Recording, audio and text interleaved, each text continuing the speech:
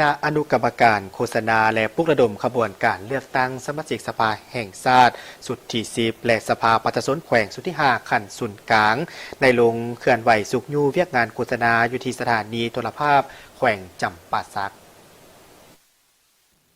วันที่12กุมภาพันธ์2026นี้ฐานปริญญาเอกวันลาตีคำวานวงศา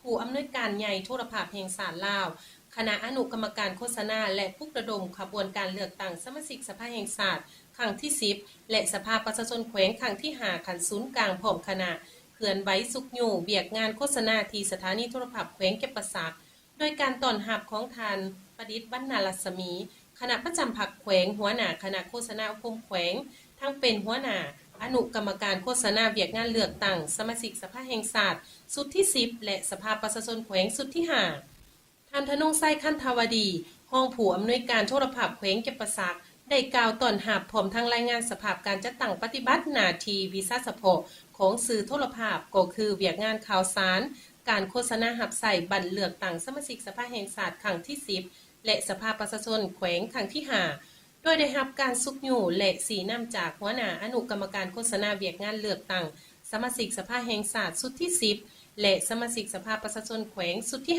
5ขันแขวงและได้นำเสนอข่าวและผลิตสปอตโฆษณาผ่านรายการต่างๆหลายรูปแบบทางออนไลน์และการออกอากาศผ่านดาวเทียมลาวแซท